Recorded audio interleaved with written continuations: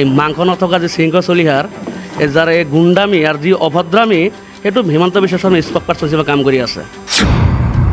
হিমন্ত বিশ্ব শৰ্মাৰ এজেণ্ট হিচাপে শৃংখ চলোৱা জিতু বৰুৱা আৰু যিবিলাক উগ্ৰ হিন্দুত্ববাদী নেতাসকলে যেনেদৰে মুছলমানৰ ওপৰত অন্যায়ভাৱে অত্যাচাৰ কৰি আছে, ইয়াৰ বিৰুদ্ধে যি সংখ্যালঘুৰ টান কৰ্তা ডিঙিৰ শিৰ ফুলাই ফুলাই বক্তব্য ৰাখে, সেইজন অখিল গগৈ কিন্তু এটা মাত মাতা নাই। অখিল গগৈ ডাঙৰীয়া হিমন্ত বিশ্ব শৰ্মাৰ 1 number spoke person. Himanta Biswa Sarma oxygen লৈ কিনি অখিল গগৈ ৰাইজৰ দল চলি আছে। এইবিলাক ডক্টৰ হিমন্ত বিশ্ব শৰ্মা চেলা চামণ্ডা, এই মাংস নথকা যে শৃংখ চলিহাৰ যাৰ এই গুণ্ডামি আৰু যি অভদ্ৰামি সেইটো হিমন্ত বিশ্ব শৰ্মা স্পক পাৰ্চন হিচাপে কাম কৰি আছে। ইয়াত আৰু এটা কথা আছে, যিজন শিৱসাগৰৰ বিধায়ক অখিল গগৈ ডাঙৰীয়া, সেইজন অখিল গগৈ ডাঙৰীয়া নিজৰ সমষ্টিত মিয়াক এনেকৈ মাৰি আছে, এনেকৈ খেদি আছে, এনেকৈ কৰি আছে। আমাৰ ষ্টেণ্ড কি 1971-ৰ 25 মাৰ্চৰ আগত যিবিলাক আহিছে, হিন্দু হওক মুছলমান হওক, যিকোনো মূল্যৰ বিনিময়ত অসমীয়া বা ভাৰতীয় নাগৰিকত্ব দিব লাগিব। 1971 25 মাৰ্চৰ পিছত হিন্দু হওক মুছলমান হওক অসমৰ পৰা খেদিব লাগিব বা ভাৰতবৰ্ষৰ পৰা খেদিব লাগিব, এইটো আমাৰ ষ্টেণ্ড ক্লিয়াৰ।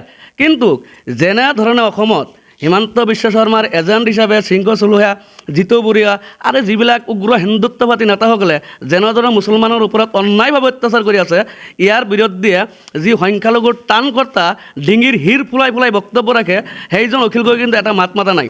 আৰু সেইজন অখিল গগৈ তাৰ সমষ্টিত যধে মধে মিয়াক অত্যাচাৰ কৰি আছে আৰু মাইনৰিটি অঞ্চলত আহি কিনি মিয়াৰ পক্ষে মাত মাতি আছে। এই অখিল গগৈ ডাঙৰীয়া হিমন্ত বিশ্ব শৰ্মাৰ 1 number spoke person. Himanta Biswa Sarma oxygen লৈ কিনি অখিল গগৈ ৰাইজৰ দল চলি আছে। দ্বিতীয়তে, এটা সংখ্যালঘু মানুহক বা মিয়া মানুহক মই এটা অনুৰোধ জনাম, ভাৰতবৰ্ষ স্বাধীন হোৱাৰ পিছৰ পৰাই 1952-ৰ পৰা আৰু 2016 চনলৈকে প্ৰত্যেক বিধানসভা পাৰ্লিয়ামেণ্ট সংখ্যালঘু মিনিষ্টাৰ, সংখ্যালঘু মুখ্যমন্ত্ৰী, আনৰ টাইমৰ মুখ্যমন্ত্ৰী আছিল, সংখ্যালঘু মিনিষ্টাৰ আছিল, সংখ্যালঘু বহুত ডাঙৰ ডাঙৰ পদবীধৰ ব্যক্তি আছিল, কিন্তু সংখ্যালঘুৰ সমস্যাৰ সমাধান কোনো নেতাই কৰা নাই। অসমত যদি সংখ্যালঘু মিনিষ্টাৰ MLA মিনিষ্টাৰ যদি আছিল, 1 টকাৰ এটা কাগজ লৈ 5 টকাৰ এটা কলম লৈ যদি ইচ্ছা কৰিলেহেঁতেন চৰ অঞ্চলৰ মাটিৰ পাট্টা ডি ভোটাৰ অসমত যিবিলাক সংখ্যালঘু মানুহৰ যি সমস্যা, এই সমস্যাবিলাক সমাধান কৰিব পাৰিলেহেঁতেন। কিন্তু এই কংগ্ৰেছ দল আৰু এই কংগ্ৰেছ দলৰ নেতাসকলে কেতিয়াও সমস্যা সমাধান কৰা নাই। সেইটোৱে মই অনুৰোধ জনাইছোঁ, 2026 চনত এই অখিল গগৈৰ নিচিনা নেতা আৰু অসমত যিবিলাক এই সংখ্যালঘু মানুহৰ তেজ পোখা যিবিলাক নেতা, তেজ খাই খাই যিবিলাক ডাঙৰ ডাঙৰ বিল্ডিং বনাইছে, সেই নেতাসকলক হিমন্ত বিশ্ব শৰ্মাৰ চামচামি কৰা নেতাসকলক অসমৰ পৰা বিদায় দিবলৈ অসমৰ জনসাধাৰণক, অসমৰ সংখ্যালঘু মানুহক বিশেষকৈ মই অনুৰোধ জনাইছোঁ। চৰকাৰে এটা কথাই ভাবি আছে, 2026-ৰ নিৰ্বাচন ইহঁতক গাদী দখল কৰিব, ক্ষমতা হাতত দি পেলাই চব খেলা খতম।